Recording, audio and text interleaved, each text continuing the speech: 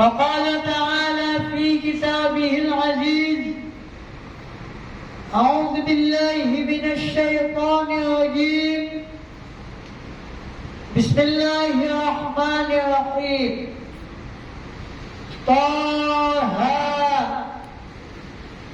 ما أنزلنا عليك القرآن لتشقى إلا تذكرة لمن يخشى تنزيلا ممن خلق الأرض والسماوات الأولى. Sadaqallahul azim. Ketika kita membuka kitab suci kita Al-Quran, akan kita ketemukan pada surat 20, surat Taha, ayat 1 sampai dengan ayat 4. Yang bunyinya A'udzubillahi minasyaitonirrajim. Bismillahirrahmanirrahim. Taha ma anzalna 'alaikal qur'ana litashqa illa tadhkiratan liman yakhsha tanzilan mimman khalaqal arda was samawatil ula. Yang artinya, Taha, kami tidak akan menurunkan Al-Quran ini kepadamu Muhammad untuk menyulitkan kamu, kecuali ia merupakan peringatan bagi orang yang takut kepadaku. Al-Quran ini diturunkan daripada orang yang menciptakan langit dan bumi yang tinggi. Sadaqallahul azim. Ma'asyiral muslimin, sidang Jumat rahimakumullah. Ketika kita membaca ayat ini, walaupun sepintas, walaupun kita membaca dengan singkat, kita akan memahami bahwa Allah Subhanahu wa Ta'ala, pencipta langit dan bumi dan seisinya, memberikan satu informasi kepada kita bahwa Al-Quran yang diturunkan oleh Allah kepada Nabi Muhammad sallallahu alaihi wasallam tidak punya tujuan sedikit pun untuk menyusahkan beliau, tidak juga untuk menyusahkan umat manusia di muka bumi ini. Tetapi Al-Quran diturunkan tidak lain dan tidak bukan sebagai peringatan bagi mereka yang takut kepada Allah, bagi yang mereka sadar bahwa mereka diciptakan oleh Allah untuk satu visi dan misi tertentu, yaitu menjadi khalifah di muka bumi ini, menjadi pemimpin di dalam kehidupan di muka bumi ini di satu sisi. Namun di sisi yang lain, Al-Quran juga sebagai peringatan kepada orang yang sadar, selain mereka menjadi pemimpin, mereka juga adalah hamba Allah.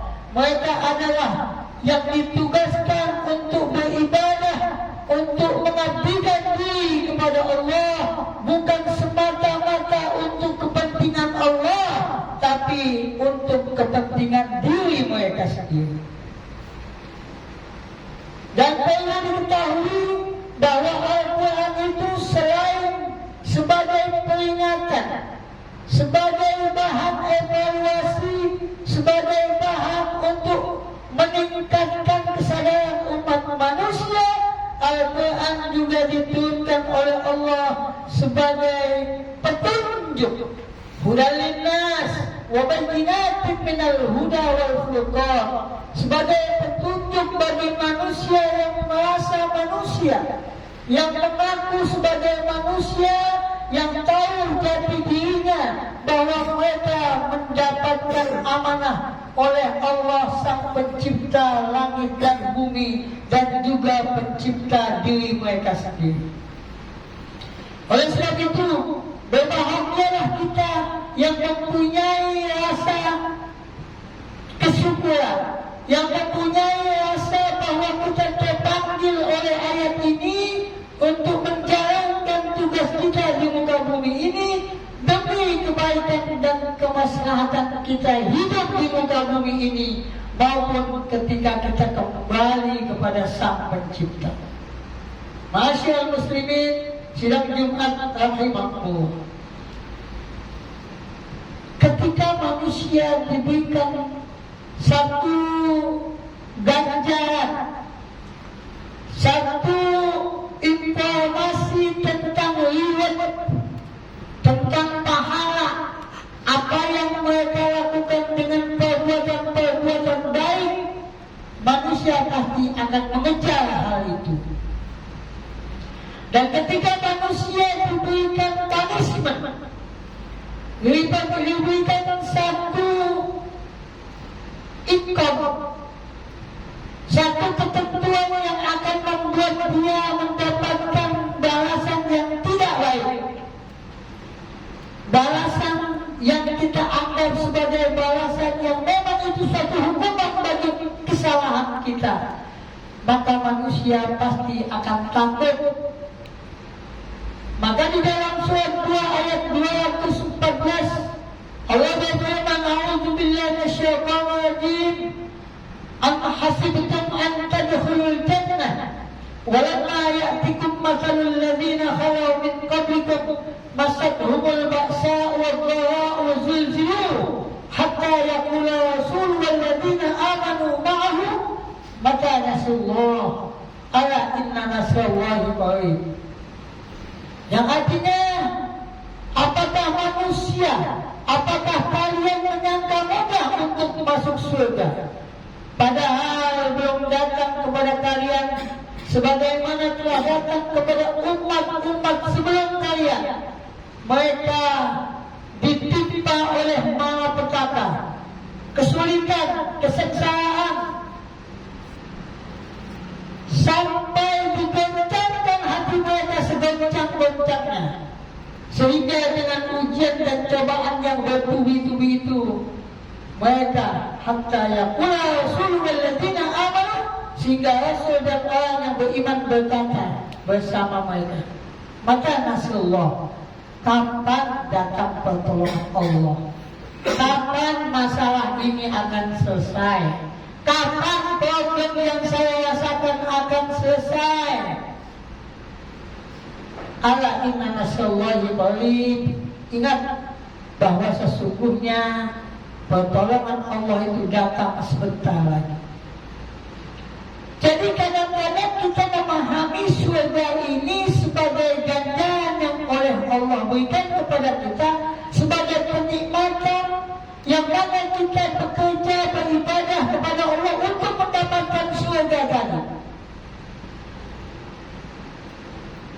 Allah memvisualisasikan surga di hadapan umatnya atau hambanya itu semata-mata untuk menggerakkan motivasi kesadarannya untuk menyembah Allah, dan mereka akan mendapatkan surga itu sebagai reward, sebagai pahala. Itu adalah manusiawi. Maka untuk mendapatkan surga itu dengan berbagai cara manusia introspeksi diri untuk melakukan sesuatu yang baik, baik di dunia ini maupun untuk yang di akhirat nanti. Jadi ibadah kita untuk mendapatkan surga. Maka ada satu pepatah mengatakan, siapa yang beribadah untuk mendapatkan surga, untuk mendapatkan balasan, untuk mendapatkan reward, untuk mendapatkan keuntungan, maka ibadah orang itu nilainya seperti ibadah pedagang. Kemudian ketika kita bekerja dengan sebaik-baiknya, kita menjalankan segala Allah semata-mata untuk tidak masuk ke dalam api neraka, untuk mendapatkan kecelakaan yang abadi, kita takut akan hal itu, jadi kita beribadah semata-mata karena takut akan punishment tadi, maka kita dianggap sebagai ibadahnya seorang budak, seorang hamba sahaya, seorang jogos. Tidak ada salahnya, karena itu sikap manusiawi. Tapi bisakah kita menempatkan ibadah kita itu sebagai ibadah yang bukan semata-mata untuk mendapatkan syurga dan juga menjalankan segala perintah, menjalankan segala larangan Allah, tidak untuk masuk neraka?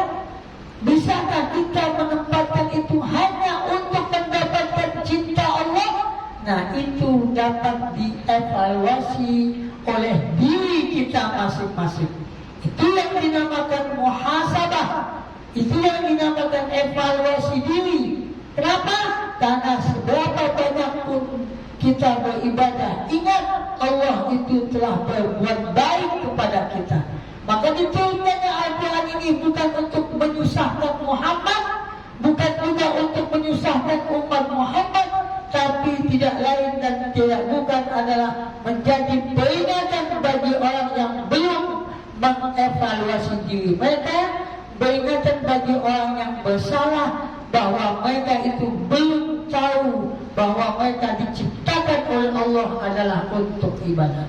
Mudah-mudahan Allah Subhanahu wa Ta'ala memberikan kefahaman yang dalam kepada kita, sehingga kita sadar kedudukan kita di muka bumi ini.